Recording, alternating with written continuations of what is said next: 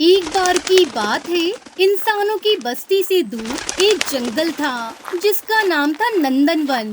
इस वन में हर तरह के पक्षी पाए जाते थे जो आपस में बड़े ही प्यार से रहते थे। और वो इसलिए क्योंकि यहाँ राजा जिगरबाज का राज था। कौन सा जानवर कब और कितना शिकार करेगा या पेड़ों से फल तोड़ेगा, ये सब जंगल के राजा जिगरबाज ने तय किया हुआ था। और जंगल का हर पक्षी राजा के बनाए नियमों को मानता था, सिवाय एक को छोड़कर। क्या बात है, भूख नहीं लगी क्या? भूख तो इतनी लगी है रे कि एक ही बार में तुझे पूरा का पूरा चबा जाऊं। ऐसा न कहो सरकार, मुझ मरियल को खा के क्या पेट भरेगा आपका? और वैसे भी मैं तो आपका दास हूँ, है ना? बस इसीलिए तो अब तक जिंदा है तू, वरना कब का मेरे पेट में चला जाता। जा जरा जाके कुछ पकड़ के ले आ मेरे लिए। और सुन, कुछ ऐसा पकड़ कर लाना जिसका गोश्त जरा मुलायम हो। 2 दिनों से ये दांत बड़ा दर्द कर रहा है। मेरे सरकार, मैं आपका काम तो कर देता, पर तू मेरा काम नहीं करेगा क्योंकि तू एक नंबर का डरपोक है ना? और वैसे भी तू क्या शिकार करेगा? तू तो है ही पैदाइशी उल्लू। ना ना सरकार, ऐसा ना कहो। मैं भी बड़ा खूंखार हूँ, वो भी बचपन से। पर वो क्या है ना कि जंगल के नियम तो आपको पता ही हैं, तो मैं बस चुप हो जा, आगे कुछ मत बोलना। जंगल के नियम? अरे सब बकवास एकदम। मुझे भूखा मारने की साजिश है ये उस जिगरबाज की। एक बार लड़ाई में मुझे हरा क्या दिया, सोचता है पूरे जंगल में सबसे ताकतवर है। असल में तो वो मैं हूँ जो इस जंगल का राजा बनने लायक है। हाँ सरकार, ये तो बिल्कुल सही बोले आप। वैसे कब राजा बन रहे हो आप इस जंगल के? बहुत जल्द, तू बस देखता जा और चल मेरे साथ।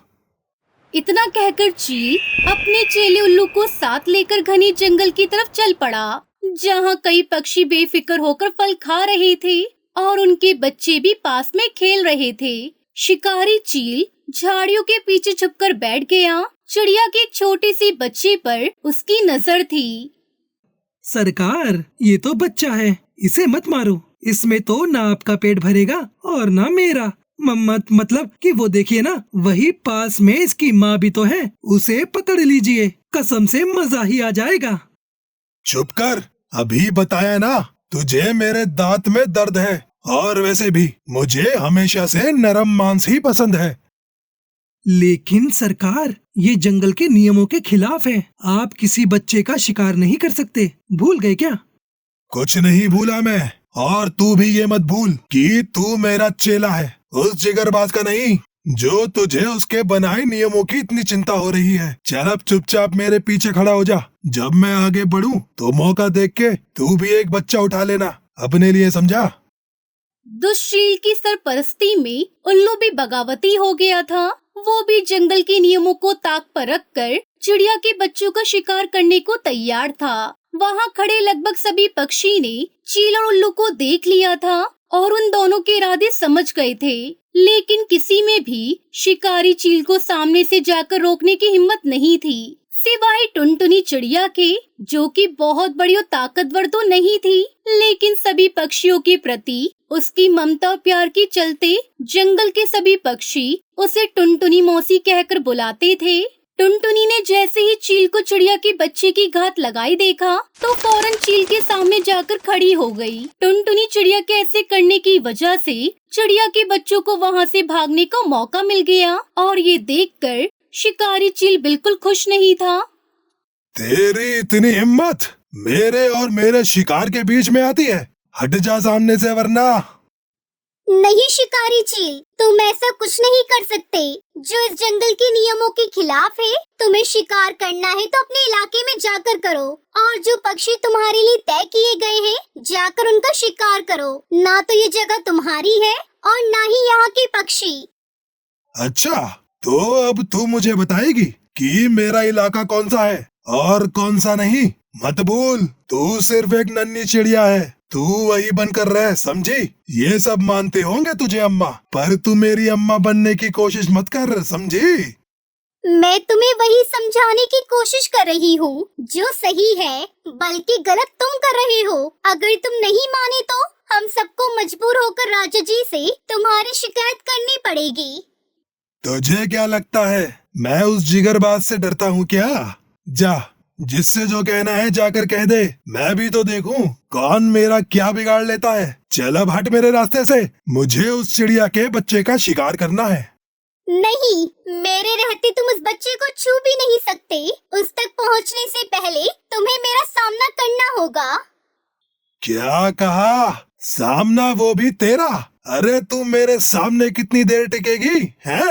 बोलने से पहले जरा सोच समझ तो लेती। चल अब हट यहाँ से, मेरा समय बर्बाद मत कर।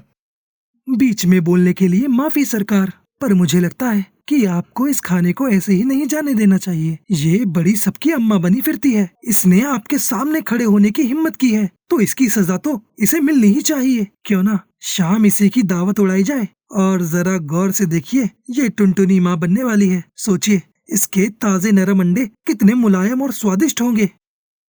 अरे हाँ, ये तो मैंने सोचा ही नहीं। सही बोला उल्लू। जब सामने इतनी बढ़िया दावत हो तो फिर उस चिड़िया के बच्चे के पीछे क्यों मेहनत। इतना बोलकर शिकारी फौरन टुनटुनी चिड़िया की ओर लपका, लेकिन वो टुनटुनी को कुछ कर पाता उससे पहले ही वहाँ मौजूद सारे पक्षी उसके और टुनटुनी चिड़िया के बीच आ गए। ये सच था कि वो सब शिकारी से डरते थे, लेकिन अब सवाल टुनटुनी चिड़िया की जिंदगी का था, जिसे जंगल का हर पक्षी बहुत प्यार करता था। इसलिए टुनटुनी को बचाने के लिए सभी पक्षी चील के सामने आकर खड़े हो गए। शिकारी चील बार बार चिल्लाता रहा, कोई भी पक्षी टुनटुनी के सामने से नहीं हटा। आखिरकार शिकारी चील को वहाँ से खाली हाथी लौटना पड़ा, लेकिन ये हार शिकारी चील से बिल्कुल भी बर्दाश्त नहीं हो रही थी। अब तो वो हर हाल में टुनटुनी चिड़िया उसके अंडों का शिकार करना चाहता था। छोड़िए ना उस टुनटुनी को, यहाँ जंगल में और भी तो कितने पक्षी हैं। और रही बात बच्चों की, तो वो भी खेलते खिलाते मिल ही जाएंगे। नहीं, अब तो मेरी भूख तभी मिटेगी जब मैं उस टुनटुनी के अंडे को इस दुनिया में आने से पहले ही चबा जाऊंगा। जाके वो टुनटुनी कहाँ और किस वक्त मिलेगी सब पता कर। ठीक है सरकार। उल्लू बेमन से टुनटुनी के बारे में पता करने चला गया और फिर कुछ ही देर बाद सरकार, वो टुनटुनी चिड़िया, उसे मैंने अभी देखा। आपके इलाके की तरफ ही गई है सरकार, वो भी बिल्कुल अकेली ही। अच्छा, ये तो बढ़िया है। शिकार खुद मेरे इलाके में चलकर आया है। चल फिर आज बढ़िया दावत होगी। इसके बाद शिकारी चील और उल्लू दोनों तरफ चल दिए। कुछ ही देर में टुनटुनी इन दोनों को नजर भी आ गई। वो वाकई बिल्कुल अकेली थी और ये शिकारी चील के लिए अच्छा मौका था। तो आखिर पकड़ में आ ही गई तू। ये मेरा इलाका है, यहाँ कोई नहीं आएगा तुझे और तेरे बच्चों को मुझसे बचाने। बोल, अब तेरी जुबान पर ताला क्यों लग गया?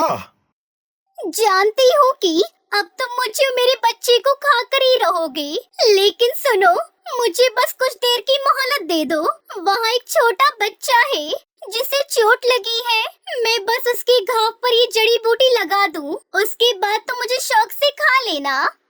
क्या कहा? बच्चा?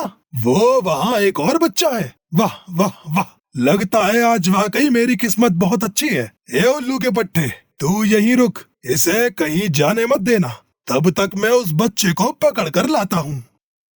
इतना कहकर शिकारी चील फौरन उस ओर गया जिधर टुनटुनी ने उस बच्चे के होने के बारे में बताया था, लेकिन असल में उस बच्चे को देखकर चील के होश उड़ गए। वहाँ एक छोटा सा चील का बच्चा था और असल में वो शिकारी चील का ही बच्चा था जो एक बार मेले में खो गया था और उसे वाकई बहुत गहरी चोट लगी थी।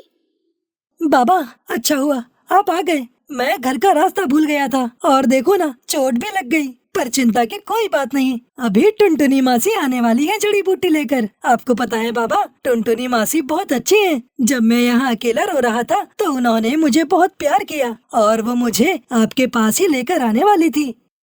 शिकारी चील के पास कहने को अब कुछ नहीं था। वो खुद पर शर्मिंदा था। वो अपने बच्चे के साथ वापस टुनटुनी चिड़िया के पास पहुँचा और फिर सरकार, आप आ गए। अरे वाह, छोटे सरकार भी साथ आए हैं। चलो अब मिलकर दावत उड़ाएंगे इस टुनटुनी और इसके बच्चे की। नहीं, पीछे हट, मैं गलत था। और जंगल के सारे पक्षी सही थे। ये वाकई सबकी माँ की तरह है। इसने मेरे बच्चे की जान बचाई। मैं इसका शिकार करने वाला हूँ, ये जानते हुए भी मेरे पास ही आने वाली थी, सिर्फ मेरे बच्चे की खातिर। सच में टुनटुनी, तुमने मुझे सिखा दिया कि खुद के बारे में सोचने से पहले दूसरों के बारे में सोचना ज्यादा बड़ी बात है। अब शिकारी चील भी बाकी पक्षियों की तरह जंगल के नियम मानने लगा और फिर सब ठीक हो गया।